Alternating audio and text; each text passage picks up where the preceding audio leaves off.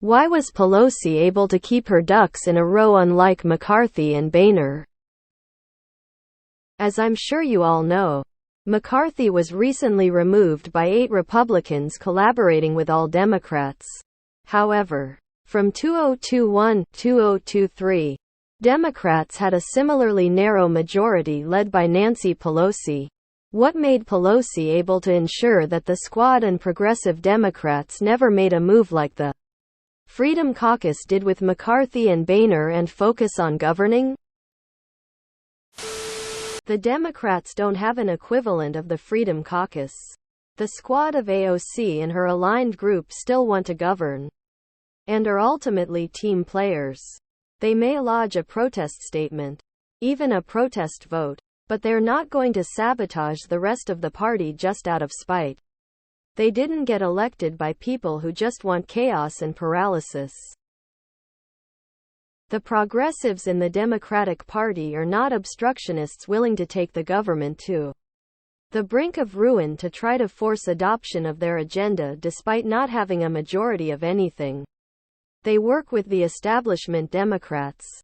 Even though they don't like them, they try to enact progressive reform by working within the political system. That's the far left in Congress, if you could even call them that.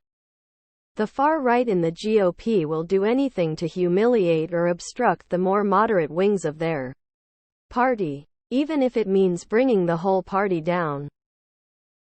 Democrats come to Congress knowing they are going to be a part of a big tent coalition in which they will have to bargain and compromise. It's an essential element of the party and has been for a long time.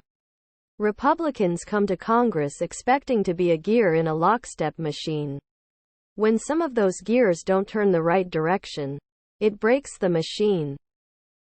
Mixture of Pelosi Democratic leadership being more skilled at politicking and the Democratic Party members ultimately wanting the government to work over their own personal agendas. Leadership is a massive part though. Any party leader worth their salt would never have allowed 15 rounds to speakership in the first place. Because your caucus falling apart in a cacophony of finger-point and recriminations is plainly bad politics. And Democrats are rational. Even their extreme members like the Squad understand that politics is about deals and compromises. It's a lot easier to get everybody on the same page if you can show that they all have the same long-term interest. We have also reached a point where the Republican Party is basically a cult of individualism. So it's not surprising they don't play well with each other. 8 Republicans collaborating with all Democrats. Wrong. There was no collaboration. Democrats did what was in their best interest. McCarthy was not a good leader and made enemies. He did little to bring Dems into the fold, instead constantly allowing his flank to play games. Republicans have been unable to control the fringe of their party for decades, but instead aiding their gerrymandering to produce even more radical and uncontrollable members in government. The GOP wanted their crazy and now they have regrets. None of this is Democrats' fault. It's easier to corral folks who all basically want the same thing. To be there to make laws. Repubs don't, so you can't corral anarchists. She didn't give them power to do so. Also, she was just better at being a party leader on top of Democrats of her tenure being a less inherently destructive caucus. Nope. It wasn't 8 Republicans collaborating with all Democrats. As if the initiative were from the Democrats. It was a motion initiated by the Republicans and only them. By Matt Gaetz, in particular. And after McCarthy said that he didn't want the Democrats' vote and that he wouldn't give anything to them, they just agreed. After all, as they proved 15 times, they wanted Hakeem Jeffries as Speaker. Pelosi is a much better politician who knows how to keep her party at least mostly in line. Because unlike the Republicans, Pelosi and company are interested in good governance. Republicans are all about making America fail. And they show it. Pelosi wasn't dealing with a dysfunctional caucus. The Democrats were there to govern and take care of dealing with America's purse and did their job. McCarthy and Boehner were dealing with a group of Republicans and Renos that were not interested in governing, and that is especially true today. That's easy. Democrats want to govern and Republicans want to destroy the United States of America. Both parties are set up to be the most right-wing versions of themselves. For the Democrats, this means that power is concentrated in the centrist establishment, and for the Republicans it means power is concentrated with the far-right cranks. It shouldn't be surprising that Republican rule is much more fractious. Why was LeBron James able to score so many points in the NBA, but the guy from my high school who was good at basketball couldn't even make a team? While Pelosi was an absolute master at some stuff, she shouldn't really get credit for this. She just had a sane caucus. They weren't desperate to blow everything up like the Freedom Caucus are. The extreme left is much closer to moderate than the extreme right. The hard right are basically another political ideology and also have zero interest in governing. The Dem Party used to be a herd of cats. While the reps all marched in lockstep. Then there was Trump. Boehner and McCarthy are Republicans and just feel the Democrats are less craven than the GOP. The Democrats are the only ones even talking about policy, while the GOP talk about everything but 1. There was a higher bar to bring a vote to oust her than McCarthy.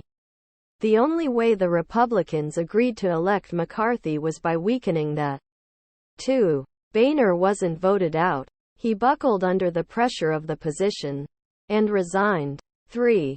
The Congress is part of the legislative branch. It's more accurate to call what they're doing legislating than governing. The Democratic coalition largely was divided on opinions about how to govern. The Republican coalition is divided on who should rule. The former ultimately was united in wanting some form of governance, while the latter is only united in the desire for a power struggle. Both got what they wanted. The most aggressive members of the right wing want to return the country to a loose republic with no real functioning federal government. They don't believe in an actually United States. They are anti-government, which in turn makes them ungovernable. Democrats may disagree on policies and procedures, but you have a unanimity of purpose, which is to try and govern in a way that makes people's lives better.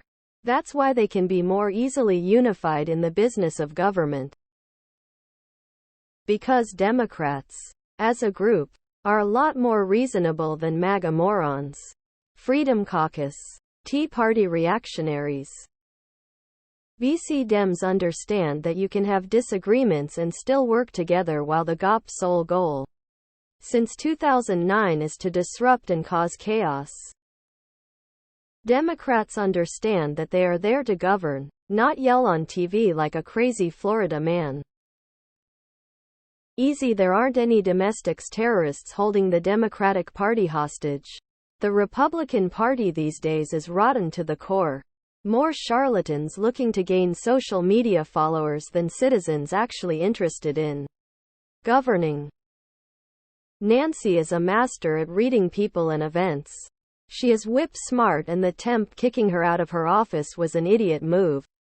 The GOP House have more than earned their troubles.